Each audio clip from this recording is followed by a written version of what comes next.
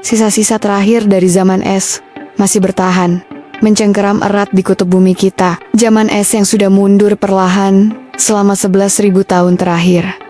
Melangkahkan kaki di sini, rasanya seperti melangkah mundur ke masa lalu, ke dunia yang diselimuti es, angin kencang yang menusuk tulang, dan dingin yang tak terbayangkan. Namun, di atas es yang dihantam angin ini, berdirilah satu makhluk tegar.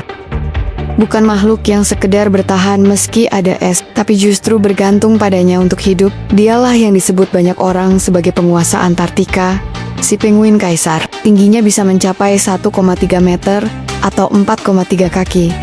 Dan beratnya sampai 45 kg. Penguin terbesar di dunia ini bukan hanya mendapat gelar kaisar karena ukurannya, tapi juga karena ciri fisik dan kemampuannya yang membuatnya benar-benar layak memerintah di Antartika. Dan meski wajah mereka sering jadi ikon di media, dibandingkan semua burung lain, bahkan sesama penguin, penguin kaisar adalah makhluk yang aneh. Tidak ada hewan lain yang bisa bertahan di suhu sedingin ini. Tidak ada hewan lain yang begitu luar biasa, begitu unik, beradaptasi sempurna untuk hidup di atas es, sekaligus di laut. Penguin kaisar adalah burung penyelam terdalam di dunia. Mereka bisa menyelam lebih dari 500 meter dan bertahan di bawah air beku selama 30 menit. Bulu mereka bukan cuma membuat tubuh mereka ramping saat berenang, tapi bisa dimanipulasi untuk menciptakan semburan udara yang memberi dorongan hidrodinamis, teknologi yang biasanya cuma kita lihat di kapal selam canggih atau rudal bawah air. Dan untuk tetap hangat di laut yang membeku dan di hamparan es berangin, mereka punya susunan bulu unik yang bukan cuma mempertahankan panas tubuh, tapi menyerap panas dari lingkungan yang terlihat mustahil punya panas sama sekali. Mereka juga memanfaatkan es laut sebagai tempat berkembang biak. Dan kalau itu belum cukup mengesankan, coba bayangkan ini. Mereka memilih musim dingin Antartika untuk bertelur di saat suhu bisa mencapai 50 derajat Celcius di bawah nol. Suhu terdingin yang pernah ditoleransi burung manapun di dunia. Meski semua kemampuan ini terdengar luar biasa, manusia dulu sempat menganggap penguin kaisar itu burung paling rendah di pohon evolusi. Betapa salahnya kita. Kenyataannya, adaptasi luar biasa, merekalah yang membuat penguin kaisar menaklukkan Antartika. Namun, iklim global yang berubah dengan cepat kini mengancam kekuasaan mereka, dan bisa jadi mengubah keunggulan evolusi itu menjadi beban. Untuk memahami masa depan mereka, kita perlu bertanya, bagaimana mereka bisa menjadi penguasa di wilayah beku ini? Di mana posisi mereka di pohon evolusi? Bagaimana tubuh mereka diciptakan untuk menaklukkan laut dan es? Dan seperti apa perilaku mereka sehingga bukan hanya bertahan, tapi berjaya di lingkungan ekstrem ini? Sebelum orang-orang mengaitkan penguin dengan tubuh mungil dan gaya jalan lucu, para ilmuwan sudah lebih dulu memandang penguin kaisar sebagai kunci untuk membuka rahasia teori evolusi. Di awal abad ke-20, teori evolusi yang masih segar kala itu membuat dunia sains terpukau dan mendorong banyak peneliti untuk mempelajari kehidupan hewan dan bagaimana mereka berkembang dari masa ke masa. Rasa penasaran yang memuncak membuat para ilmuwan mulai memperhatikan satu hal aneh. Banyak hewan ternyata punya tahap embrio yang terlihat mirip satu sama lain di awal perkembangan mereka. Dari pengamatan itu, seorang ahli biologi bernama Ernst Haeckel mengusulkan sebuah hipotesis yang disebut teori rekapitulasi, sebuah cara untuk mencoba memahami sejarah evolusi makhluk hidup tertentu.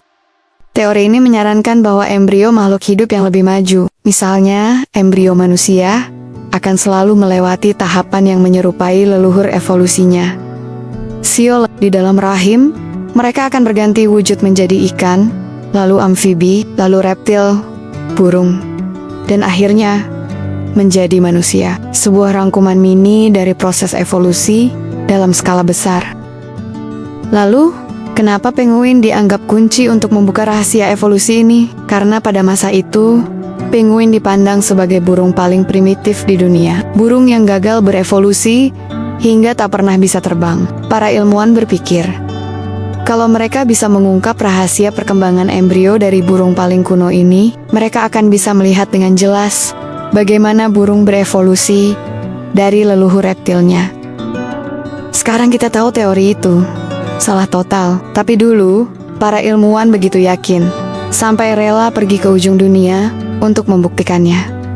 Tahun 1910, sebuah ekspedisi besar dimulai. Segelintir penjelajah berangkat untuk mendapatkan telur penguin kaisar demi ilmu pengetahuan, dan ini bukan perjalanan yang mudah.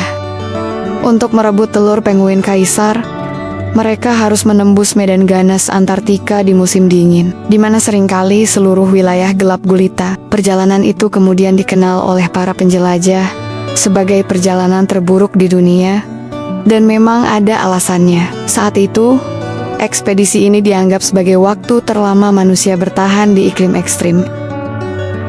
Yang membuat perjalanan ini lebih menyakitkan adalah kenyataan pahit. Tujuan utamanya telur penguin ternyata tidak terlalu berguna.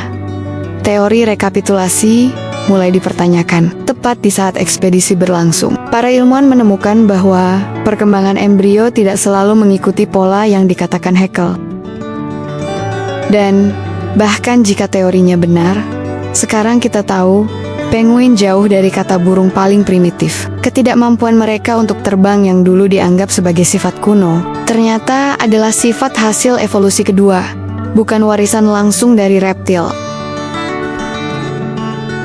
Nenek moyang penguin dulunya adalah burung terbang, mirip pavin atau kormoran. Tapi seiring waktu, mereka menjadi semakin ahli berenang dan semakin buruk dalam terbang. Hingga sekitar 60 juta tahun lalu, garis keturunan penguin berpisah, kehilangan kemampuan terbang sepenuhnya, dan memperoleh tubuh yang sangat terspesialisasi untuk hidup di laut.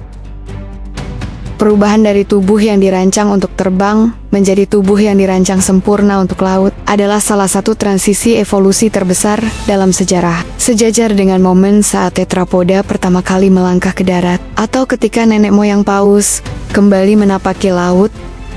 Tapi, bagaimana mungkin kehilangan kemampuan terbang justru menjadi keuntungan? Bukankah penguin kaisar akan tetap bisa menguasai Antartika jika mereka tetap bisa terbang? Nah, jawabannya Om, justru akan membuka cerita yang lebih luar biasa lagi. Bayangkan kalau penguin kaisar bisa berenang dan terbang, melayang di langit luas, bukannya berjalan tergapo-gopo di atas hamparan es licin. Tapi, di dunia hewan, segalanya selalu ada harga yang harus dibayar. Sayap yang makin efisien untuk terbang, berarti makin buruk untuk berenang. Sebaliknya, sayap yang sempurna untuk berenang berarti melupakan mimpi untuk terbang. Nah, disinilah rahasia kenapa penguin kaisar dianggap sebagai burung penyelam terbaik di dunia. Berbeda dengan kerabatnya yang bisa terbang, penguin kaisar punya bentang sayap lebih pendek, berat badan lebih besar, tulang lebih padat, bahkan sampai ke tingkat molekul ototnya pun dirancang untuk frekuensi kepakan rendah. Semua adaptasi ini membuat terbang jadi mustahil, karena adaptasi untuk terbang dan adaptasi untuk berenang memang saling bertolak belakang. Dan kalau urusan berenang, tidak ada yang bisa menandingi penguin kaisar.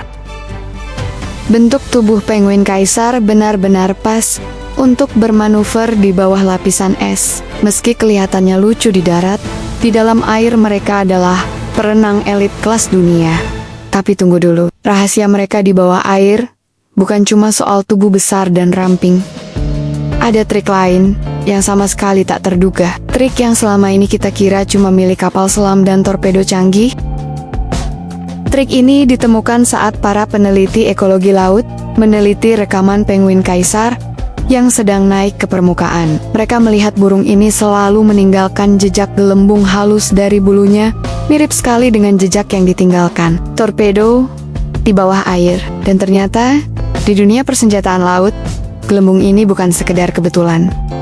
Tahun 1960-an, para insinyur menemukan teori bahwa hambatan di air bisa dikurangi jika permukaan kapal atau torpedo diselimuti gelembung mikro, membentuk lapisan udara tipis di sekelilingnya. Tak lama kemudian, Angkatan Laut Rusia berhasil mewujudkan ide ini.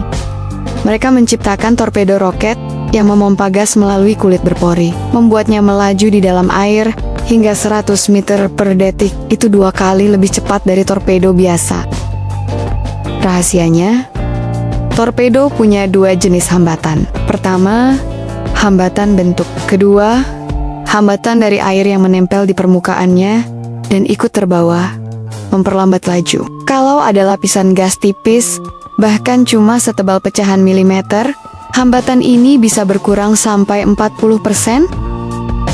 Nah, para ilmuwan mulai bertanya, apakah gelembung di tubuh penguin kaisar melakukan hal yang sama? Hasilnya, iya. Sebelum melompat dari es dan menyelam, penguin kaisar akan mengembangkan bulunya, menjebak udara di sela-sela bulu. Lalu, saat memutuskan untuk naik ke permukaan, udara ini dilepaskan, membentuk lapisan gelembung halus di seluruh tubuh. Hasilnya, mereka melesat ke atas dengan kecepatan luar biasa. Kalau kita lihat rekamannya, jejak gelembung itu sangat jelas. Bahkan kalau videonya kita post, bentuknya bisa terlihat detail sekali. Gelembung-gelembung udara itu menyelimuti hampir seluruh tubuh penguin, sampai menutupi ekor dan kaki belakangnya. Para ilmuwan juga mencatat, udara ini bukan keluar dari paruh atau lubang hidung, tapi langsung dari bulu mereka. Dan dorongan yang mereka dapat dari trik ini luar biasa. Biasanya, penguin berenang turun atau menyamping dengan kecepatan sekitar 2 meter per detik. Tapi saat naik dengan baju gelembung ini, kecepatannya bisa melonjak hingga 6 meter per detik. Kecepatan ini sangat penting, karena mereka harus melawan gravitasi untuk melompat keluar dari air dan mendarat di atas es laut. Dari pengamatan ini, peneliti menyimpulkan bahwa penguin kaisar kemungkinan menggunakan teknik yang disebut pengurangan hambatan dengan pelepasan udara, atau lebih gampangnya, pelumasan udara, sama seperti yang kita pakai di kapal dan torpedo. Dan selain mengurangi hambatan, lapisan gelembung ini mungkin punya manfaat lain. Misalnya, mengurangi suara yang dipancarkan, seperti yang terjadi pada kapal. Artinya, para predator yang mengandalkan ekolokasi bisa jadi kesulitan mendeteksi mereka. Tapi sehebat-hebatnya trik gelembung ini, penguin kaisar bukan cuma jago naik ke permukaan, mereka juga adalah burung penyelam terdalam di dunia. Prestasi ini memberi keuntungan luar biasa, bukan cuma demi memerintah lautan, tapi juga karena mereka bisa mengakses sumber makanan yang hampir tak tersentuh pesaing. Di kedalaman itu, ada mangsa yang padat gizi dan relatif mudah ditangkap, seperti ikan perak Atlantik yang hidup di dasar laut. Penyelaman mereka bisa berlangsung hingga hampir 30 menit untuk bertahan sedalam dan selama itu. Penguin kaisar punya adaptasi fisiologis dan seluler yang luar biasa, semua demi menghemat dan memaksimalkan penggunaan oksigen. Seperti banyak penyelam yang bernapas dengan udara, penguin kaisar punya diving reflex, yaitu penurunan drastis detak jantung yang membuat banyak organ, termasuk jantungnya sendiri, memakai oksigen lebih sedikit. Dalam sebuah penelitian, alat perekam yang dipasang pada penguin menunjukkan bahwa saat penyelaman terdalam, detak jantung mereka bisa turun hingga hanya 3 kali per menit. Selain itu, mereka juga melakukan peripheral vasoconstriction, penyempitan pembuluh darah di bagian tubuh tertentu, sehingga aliran darah ke beberapa otot bisa diputus sementara. Hasilnya, darah yang membawa oksigen bisa difokuskan hanya ke organ vital seperti otak dan jantung. Di tingkat molekul, penguin kaisar juga luar biasa dalam menyimpan oksigen dibandingkan ukurannya. Contohnya, myoglobin, protein yang menyimpan dan menyalurkan oksigen ke otot, jumlahnya sangat tinggi di beberapa otot mereka, terutama otot dada pectoral muscle. Sementara itu, hemoglobin, protein dalam darah yang bertugas mendistribusikan oksigen ke seluruh tubuh, punya afinitas terhadap oksigen yang jauh lebih tinggi dibandingkan burung lain. Artinya, darah mereka bisa mengambil lebih banyak oksigen yang tersisa di paru-paru saat kondisi kekurangan oksigen hipoksia, dan menyalurkannya secara efisien ke seluruh bagian tubuh. Kemampuan penguin kaisar menyelam sedalam lautan Antartika. Gak ada gunanya kalau mereka nggak bisa tetap hangat. Ingat ya Beb, suhu air di sini di bawah titik beku, sekitar minus 1,8 derajat Celcius, masih cair, cuma gara-gara kadar garamnya yang tinggi. Suhu udara bisa turun sampai minus 40, bahkan minus 50 derajat Celcius. Belum lagi angin yang bisa nyabet sampai 144 km per jam. Bayangin, itu kalau kita yang kena, bisa langsung jadi es lilin. Gimana mungkin ada makhluk hidup bisa bertahan di sini? Dan yang bikin geleng-geleng, penguin kaisar bukan cuma bertahan, mereka malah makin eksis di sini. Rahasia mereka, 80-90% kemampuan mengatur suhu tubuhnya datang dari insulasi super hasil. Kombinasi unik bulu mereka, biar kita makin paham, harus kenal dulu 4 jenis bulu si penguin. Pertama, bulu kontur-kontur feathers panjang, kaku, ngasih bentuk elegan di permukaan tubuh. Ini yang seal tubuh mereka, mencegah air es masuk, dan melindungi lapisan hangat di bawahnya. Tuh, Philipplumes, bulu mini banget, hampir mikroskopis. Fungsinya kayak sensor, buat ngasih tahu posisi bulu kontur, biar bisa diatur jadi lebih streamline pas berenang. 3. After feathers, bulu lembut yang nyambung sama bulu kontur, berfungsi buat insulasi. 4. Plumulus, bulu halus super lembut yang nempel langsung ke kulit, bagaikan jaket puffer bawaan lahir. Nah, si penguin kaisar ini punya kepadatan plumulus yang gila-gilaan, sampai 4 kali lebih banyak dibanding bulu kontur. Plumulus inilah yang membentuk lapisan insulasi rapat, menjaga tubuh tetap hangat dan tetap kering, walau mereka nyemplung berkali-kali di laut beku. Dan kepadatan plumulus yang tinggi ini juga ngedukung teori baju gelembung yang tadi kita bahas. Soalnya bulu-bulu halus ini bisa melepaskan gelembung mikro yang bikin mereka melesat cepat ke permukaan. Tapi yang bikin mind-blowing, bulu penguin kaisar nggak cuma mencegah panas keluar, dia juga bisa nyedot panas dari udara dingin sekitar. Peneliti yang motret koloni penguin pakai kamera khusus nemuin fakta aneh. Permukaan luar bulu mereka malah lebih dingin daripada udara Antartika di sekitarnya. Kok bisa? Kalau langit cerah, panas dari permukaan tubuh bisa hilang lewat radiative cooling. Efeknya, udara yang lebih hangat di sekitar malah terserap ke arah tubuh penguin lewat konveksi. Kayak mereka manggil panas buat mendekat. Yang keren lagi, bulu mereka itu konduktor panas yang sangat buruk. Jadi, walaupun permukaannya dingin banget, panas dari dalam tubuh nggak bocor keluar. Dan ini baru lapisan tambahan sebelum kita bahas trik pemanasan ekstra mereka. Penguin kaisar juga punya trik yang peneliti sebut termoregulasi sosial. Bahasa gampangnya, mereka ngumpul rapat-rapat buat saling berbagi panas tubuh. Tapi ini bukan cuma pelukan random, kayak lagi nonton konser kedinginan beb. Riset nunjukin kalau perilaku ngumpul ini ternyata terorganisir dan responsif sama kondisi lingkungan. Suhu udara, kecepatan angin, sampai cahaya matahari. Biasanya ada formasi longgar yang ngasih arus panas ke kelompok-kelompok kecil di tengah yang lagi butuh kehangatan ekstra. Sistemnya kayak heater hidup, berjalan kaki. Dan jelas banget beb, semua adaptasi tubuh mereka ini bukan cuma buat bertahan di iklim ekstrem. Mereka malah milih tinggal di sini. Buktinya, mereka sengaja kawin pas musim dingin Antartika, ketika burung lain udah kabur duluan. Siklus kawin mulai sekitar April, pas es laut Antartika mulai terbentuk tebal, cukup kuat buat jadi pangkalan koloni.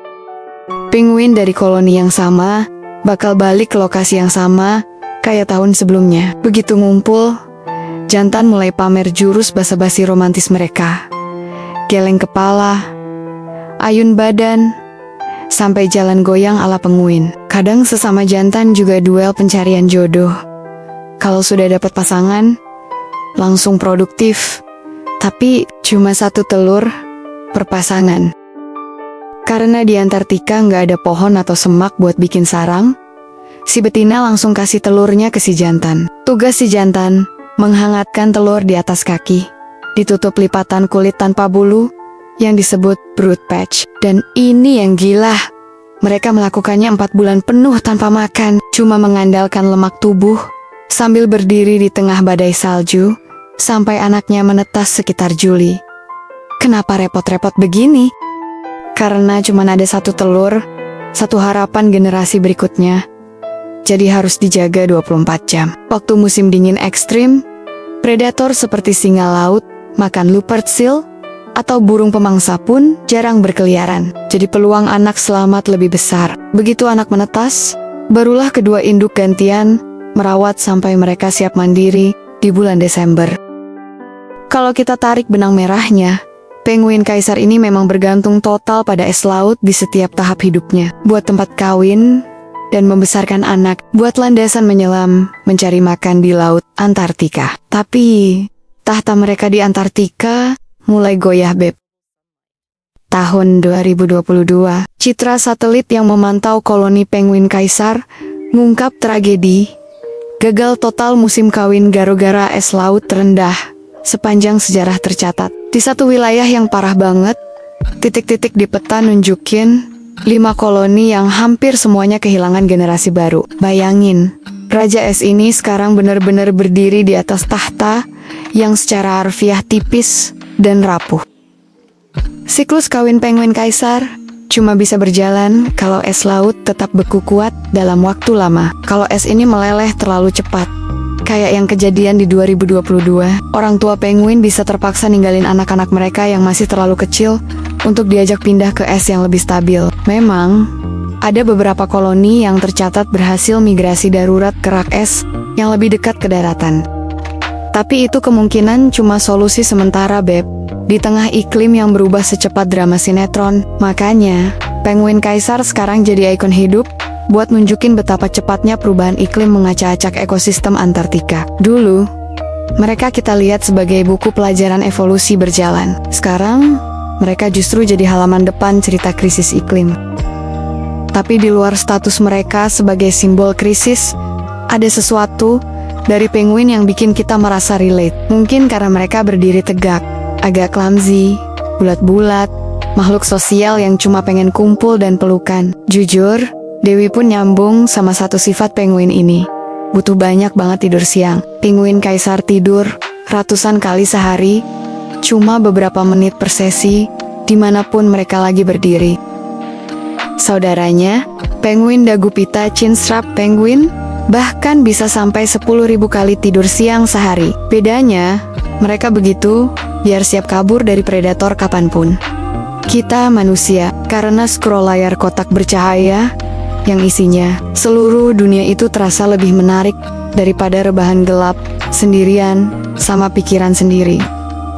Buat penguin, 1.000.000 tidur siang itu bukan masalah. Buat Dewi sendiri, wah, masalah besar. Banyak kerjaan, banyak yang harus diceritain soal penguin dan hewan-hewan lain. Jadi biar melek, Dewi melakukan ritual paling manusiawi, yaitu ngopi. Dan sebagai manusia, Dewi percaya banget kita layak dapat treat kecil setiap hari. Masalahnya, treat kecil Dewi kadang berarti Nescafe 5.000 aja bro sekali minum. Hahaha, iklan gak sih ini? Solusinya, kadang bikin kopi sendiri di rumah. Tapi biji kopi stok lemari, kadang rasanya, questionable. Dari asal-usul sampai cara sangrainya. Itulah yang bikin Dewi sering tergoda balik lagi ke Nescafe yang murah aja dah. Tapi sekarang ada plot twistnya, Beb. Sponsor video ini, Trisakti Natural. Apa itu? Nanti ya dibahasnya. Oke, kayaknya Dewi butuh ngopi lagi nih. Jadi Beb, di balik bulu lembut yang merangkul hangat tubuh mungilnya, di balik langkah goyah yang mengundang senyum, penguin kaisar menyimpan rahasia agung dari sang pencipta. Bagaimana mungkin di tanah yang anginnya menusuk dan esnya tak pernah mencair, Tuhan menenun kehidupan dengan begitu sempurna. Setiap lapis bulu, setiap strategi bertahan hidup, hingga kehangatan yang mereka bagi dalam pelukan koloni, semuanya bercerita tentang kasih dan kebijaksanaan ilahi.